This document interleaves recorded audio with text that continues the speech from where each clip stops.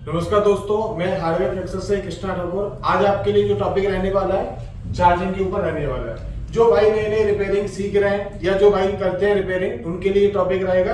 अगर आप लोग ढूंढते हो यूट्यूब पे वीडियो देखते हो, वीडियो देख देख के अगर सीख रहे हो तो हमारे चैनल पर और भी वीडियो डली हुई है बेसिक की, तो उन्हें भी आप जाके देख सकते हो। जिससे क्या होगा, आपको बहुत कुछ सीखने को मिलेगा। और उससे रिलेटेड और बाकी जो वीडियो है हम अपने चैनल पर अपलोड करते हुए जा रहे हैं। तो अगर आप बिगिनर हो, शुरुआत से इस टाइम में आप सीख रहे हो रिपेयरिंग, तो हमारी जो वीडियो आपकी काफी हेल्पफुल रहेगी। तो शुरू करते हैं। चार्जिंग सेक्शन जो आपका होता है, सबसे पहले इस चार्जिंग सेक्शन आपका स्टार्ट होता है चार्जिंग जैक से। जो आपके फोन में चार्जिंग जैक लगा रहता है, उसमें आप क्या लगाते हो, फोन में चार्जर लगाते हो और उसी से हमारे वोल्टेज क्या जाते हैं, ऊपर मेन बोर्ड तक जाते हैं। जो हमारा चार्जर होता है माइक्रो वाला, इसमें आपकी 5 पिनें होती हैं।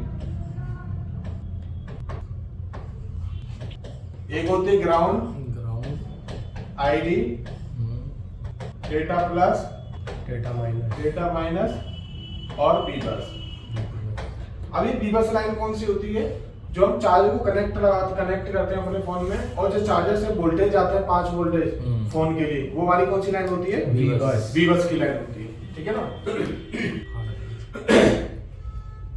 अब ये जो बीबस लाइन होती है हमारी, ये हमारी चार्जिंग आईसी में जाती है। तो इधर हम चार्जिंग आईसी बना लेते हैं। पर होता क्या है, जब चार्जिंग आईसी में लाइन जाती है तो बीच में एक छोटी सी आईसी लगी रहती है, जिसे क्या बोलते हैं हम, ओबीपी आईसी बोलते हैं। तो यहाँ पे एक ओबीपी आईसी बना लेते हैं। अब ये हमारी जो ओबीपी आईसी होती है, इसका काम क्या होता है, ओवर वोल्टेज प्रोटेक्शन। यानी जो अगर एक्स्ट्रा वोल्टेज आते हैं इस आईसी पे, तो इस आईसी के बारे में भी हम समझेंगे डिटेल में। इसमें भी कई सारी लाइनें होती हैं अलग अलग जो काम करती हैं, ओवर वोल्टेज के लिए या लो वोल्टेज के लिए भी। तो फिलहाल बेसिक समझते हैं। तो ये हमारी ओबीपी लगेगा, जो एक्स्ट्रा अगर वोल्टेज जाते हैं आईसी पे, तो आगे के सर्किट को प्रोटेक्ट करने के लिए आईसी हमारी लगाई जाती है। ये हमारी चार्जिंग आईसी होगी। तो सबसे पहले जो बीबस लाइन होती है हमारी, वो हमारी ओबीपी आईसी में जाती है। और यहाँ पे आपको क्या मिल जाएंगे, यहाँ पे कैप्चर आपको देखने के लिए मिल जाएंगे। जब सप्लाई इन होगी ओबीपी में, तो आपको यहाँ पे कैप्चर दिखाई देगी। और यहीं से आपकी ये सप्लाई चली जाती है आपकी चार्जिंग आईसी में। तो यहाँ पे भी आपको कैप्चर देखने को मिलेंगे। अब यहाँ पे बीच में आपको टीपी पॉइंट भी मिल सकता है, इस तरह से डैड भी लगा हुआ मिल सकता है, रजिस्टर भी लगे हुए मिल सकते हैं। जो आपके कंपोनेंट होते हैं लाइनों में, वो आपको किसी में कम, किसी में ज्यादा, किसी में 2, 4, 5 इस तरह से अलग अलग कंपोनेंट फोनों में लगे हुए आते हैं। अब ये जो हमारी वोल्टेज की लाइन है बीबस की, तो फोन को चार्ज होने के लिए क्या चाहिए, सबसे पहले ग्राउंड चाहिए और बीबस चाहिए आपका, बीबस और ग्राउंड। पहले के जो फोन आते थे कीबोर्ड के, तो उसमें क्या होता था, चार्जिंग पिन आती थी, तो उसमें क्या आप प्लस माइनस कनेक्ट कर दो, आपका फोन क्या हो जाने लग जाता था, चार्ज होने लग जाता था। पर जब आपका फोन अब आ रहा है, कौन से फोन आ रहे हैं, आपके स्मार्टफोन आ रहे हैं, तो उसके अंदर सर्किट भी क्या हो गया है, स्मार्ट हो गया, स्मार्ट तरीके से काम हो रहा है। अगर आप नए फोन में क्या करोगे, प्लस माइनस कनेक्ट कर दोगे, तो कभी भी आपका फोन चार्ज नहीं होगा। क्योंकि सबसे पहले हम फोन को चार्ज लगाते हैं, तो जो हमारा सीपीयू होता है वो डिटेक्ट करता है कि चार्जिंग कनेक्ट हुई है या नहीं हुई है। तो सीपीयू तक इन्फॉर्मेशन जानी चाहिए आपकी चार्जिंग की। ठीक है ना। तो ओबीपी हमारी, और जो हमारी बीबस लाइन होती है ओबीपी में जाती है, उसके बाद एक इसमें जाती है चार्जिंग आईसी में जाती है। अब यहाँ पे आप डेटा लाइन भी देख रहे हो, तो डेटा लाइन का कोई बता सकता है क्या काम होता है, डेटा को ट्रांसफर करना। जब सिस्टम से हम कनेक्ट करते हैं फोन को, तो डेटा इससे क्या होता है, ट्रांसफर होता है। या ओटीजी वगैरह लगाते हैं, यूएसबी कनेक्टेड वाली, हाँ यूएसबी आपकी कनेक्ट होती है। ठीक है ना। पर ऐसा नहीं है केवल डेटा ही ट्रांसफर होता है इससे। आजकल आपने देखा आपके फोन आ रहे हैं, उनमें क्या हो रहा है, अगर आप दूसरे फोन में दूसरा चार्जर लगा दो, तो आपका फोन चार्ज होता है, स्लो चार्ज हो जाती है। अगर डेटा केबल भी आप चेंज कर दो, तब भी प्रॉब्लम आती है, आते हैं कि नहीं आती है। तो ऐसा क्यों हो रहा है कि आप डेटा केबल चेंज कर दो या चार्जर चेंज कर लो। मान लो आपका फोन है, आपके में 80 वाट का चार्जर लगा हुआ है, और आपका मान लो 1 घंटे में चार्ज हो रहा है। ठीक है ना। अगर इसमें आप 100 वाट का लगाओ तो जल्दी चार्ज होना चाहिए, पर आपका फोन उतना ही क्या हो जाता है, लेट हो जाता है, यानी स्लो हो जाती है। अब ये स्लो चार्जिंग क्यों होती है, इसका कारण क्या है, क्योंकि ये जो हमारी डीटी है, डेटा माइनस डेटा प्लस जो लाइनें होती है, यही जो हमारी लाइनें होती है, ये किसमें जाती है, चार्जिंग आईसी में भी जाती है और हमारे सीपीयू में भी जाती है। और ये डेटा लाइन जाती है हमारे चार्जर में। तो चार्जर के अंदर क्या होती है, आपकी एक आईसी लगी रहती है छोटी सी, जिसके अंदर क्या होती है, आपकी डेटा लाइन से वो आईसी कनेक्ट रहती है फोन के जरिए। अब मान लो ओप्पो का फोन है आपका, तो चार्जर भी किसका होगा आपका? ओप्पो का। ओप्पो का होगा। और आईसी उसके अंदर होगी, जो उसके अंदर प्रोग्रामिंग हुई आईसी की लगाई होगी, तो कंपनी की होगी। जब आप चार्जर के लगाओगे तो वो आईसी क्या होगी, आपके फोन से कम्युनिकेट करेगी। जब चार्जर प्लग में लगाओगे और फोन को कनेक्ट करोगे, तो जब आपका फोन चार्ज होगा तो सीपीयू कांटेक्ट किसको करेगा? चार्जर में जाके वो चार्जिंग आईसी उससे आइडेंटिफाई करेगा कि ये मेरा चार्जर है या नहीं है। अगर है तो आपका फोन चार्ज होने लग जाता है, अगर नहीं होता तो क्या होता है, चार्जिंग आपकी स्लो हो जाती है, कई बार बंद हो जाती है, कई बार किसी में होती भी नहीं है, तो ये प्रॉब्लम आ जाती है। अब डेटा केबल में क्या होता है कि चलो ये तो चार्जर का हो गया, चार्जर में क्या होगी आपकी आईसी लगी रहती है। जो हमारी डेटा केबल होती है उसके अंदर क्या होता है, एक रजिस्टर लगा के देती है कंपनी। ये जो आपका ग्राउंड से आईडी के बीच में एक रजिस्टर लगा रहता है, और ये सारी कंपनियों का क्या होता है, रजिस्टर की वैल्यू अलग अलग होती है। तो जब आप फोन को चार्ज पे लगाते हो तो साइड लाइन पर वोल्टेज आते हैं आपके, तो वो वोल्टेज क्या होता है, रजिस्टर जो लगा रहता है उसके क्या होते हैं, ड्रॉप होते हैं वोल्टेज। तो अपने ड्रॉप के अनुसार, यानी वोल्टेज जो कम हो रहे हैं, जैसे मैंने आपको कल थर्मिस्टर बताया था, तो सीपीयू को कैसे पता चल रहा था कि आपका फोन में टेम्परेचर का, यानी आपका फोन हीट हो रहा है या नहीं हो रहा है, किससे? उसकी वोल्टेज से तो पता चल रहा था। यहाँ पर भी सेम कहानी होती है, वोल्टेज ड्रॉप से ही पता लगता है आगे सर्किट में कि इतने वोल्टेज ड्रॉप हो गए, तो कहने का मतलब ये मेरा फोन है। तो एमआई का अलग होता है, ओप्पो का, वीवो का, इनके सबके क्या होता है, अलग अलग लगा के देती है कंपनी डेटा केबल में। तो जिसके कारण क्या होता है, डेटा केबल भी कंपनी को पता लग जाता है अच्छा फोन को कि मेरी है या नहीं। तो सबसे पहले आपको यही श्योर करना है, आपके पास कोई भी फोन आता है, कि ये जो फोन है क्या इसके ओरिजिनल चार्ज से चार्ज हो रहा है, या ऐसा कई बार क्या हो जाता है, कस्टमर का चार्जर खराब है या डेटा केबल खराब हो जाती है, वो क्या कर लेता है, चेंज कर लेता है डेटा केबल। उसे पता नहीं चल पाता कि डेटा केबल के कारण हुआ है या फोन प्रॉब्लम दे रहा है या कहाँ से प्रॉब्लम हुई है, उसे नहीं पता चल पाता है। तो आपके पास पहले फोन आता है ना, तो आपको यही चेक करना है कि आपकी जो डेटा केबल है वो ओरिजिनल है या नहीं है, चार्जर ओरिजिनल है या नहीं है। तो उसके बाद ही आपका क्या फोन क्या हो पाएगा, चार्ज हो जाएगा। तो ये तो आपका रहा जब आपके हाथ में फोन आएगा, उससे पहले ये सारी चीजें कंफर्म करनी है। दूसरा आपका जो जैक होता है, कई बार क्या हो जाता है, इसमें कार्बन आ जाता है, कई बार क्या मॉइस्चर आ जाता है, तो कार्बन टाइम में जम जाता है, कई बार क्या होती है, गंदगी भरी हुई होती है।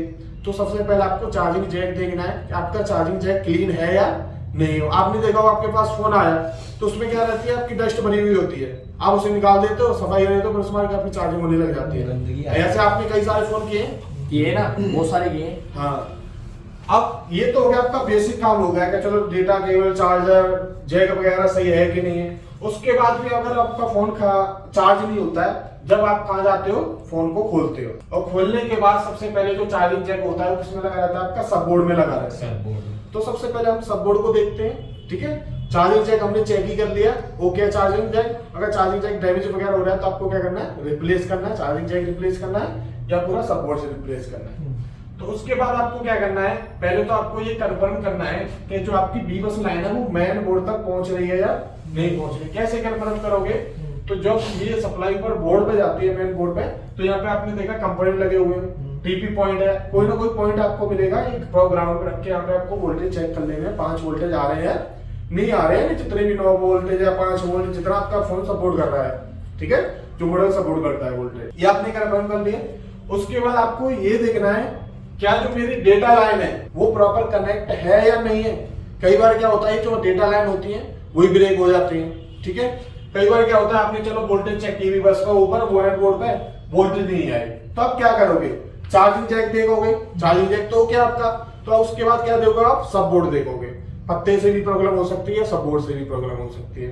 तो आपको ये कंफर्म होना है पहले कि मेरे मेन पत्ते तक सप्लाई आ रही है कि नहीं आ रही है, उसके बाद ही आपकी किसमें जाएगी, मेन बोर्ड में जाएगी, ठीक है। ये कंफर्म करने के बाद आपको डेटा लाइन भी आपको चेक करनी है। अब ये जो डेटा लाइन होती है, मैंने आपको डायोड कंपोनेंट पढ़ाया था, डायोड पढ़ाया था ना। डायोड के बारे में मैंने क्या बताया था कि सबसे ज्यादा लीकेज की प्रॉब्लम आती है, वो किसकी वजह से आती है, डायोड की वजह से आती है। तो यहाँ पे भी यही होता है, आपने देखा होगा, आपने किए भी होंगे फोन, आपकी 70% प्रॉब्लम आती है डेटा लाइन से। कितने परसेंट, 70%। अगर आपका फोन स्लो चार्ज हो रहा है, चार्जिंग सपोर्ट नहीं कर रहा है, या मान लो आपने चार्जिंग पे लगाया, चार्जिंग बढ़ ही नहीं रही है, कनेक्ट नहीं हो रही है, सब तो उसी से होता क्या है, जो आपकी डेटा लाइन होती है, डेटा माइनस डेटा प्लस, इसके लाइन में आपका डायोड लगा रहता है, और डायोड क्या हो जाता है, उनमें से कोई डायोड लीकेज हो जाता है। तो लीकेज के कारण क्या होता है, क्योंकि डेटा जा रहा है इस लाइन में, जब डायोड लीकेज होगा तो डेटा क्या हो जाएगा, डिस्टर्ब हो जाएगा। तो ये चीजें आपको कैसे कंफर्म होगी कि मेरे आपकी डायोड से प्रॉब्लम है, तो आपको क्या करना है, दोनों पॉइंटों पे जीआर चेक करनी है। क्या चेक करनी है? जीआर। तो ये जो आपकी डेटा लाइन रहेगी, इसमें हमेशा आपकी सेम वैल्यू आएगी, सेम जीआर आएगी दोनों ही पॉइंट पे। एक दो वैल्यू का अंतर आएगा, 2-4 का, उसके बाद वैल्यू क्या आएगी आपकी? सेम आएगी। ठीक है ना? तो आप कंफर्म मिला, सेम आ गया तो कोई प्रॉब्लम नहीं है। अगर सेम नहीं आ रही है तो प्रॉब्लम कहां से आपकी? डायोड से। तो ठीक है, तो आपको क्या करना है उस समय? डायोड को चेक करना है, जो खराब है उसको निकाल देना है, आपकी प्रॉब्लम क्या हो जाएगी? सॉल्व हो जाएगी। अब इस तरह से आपकी 70% तक प्रॉब्लम सॉल्व हो जाती है डायोड की वजह से।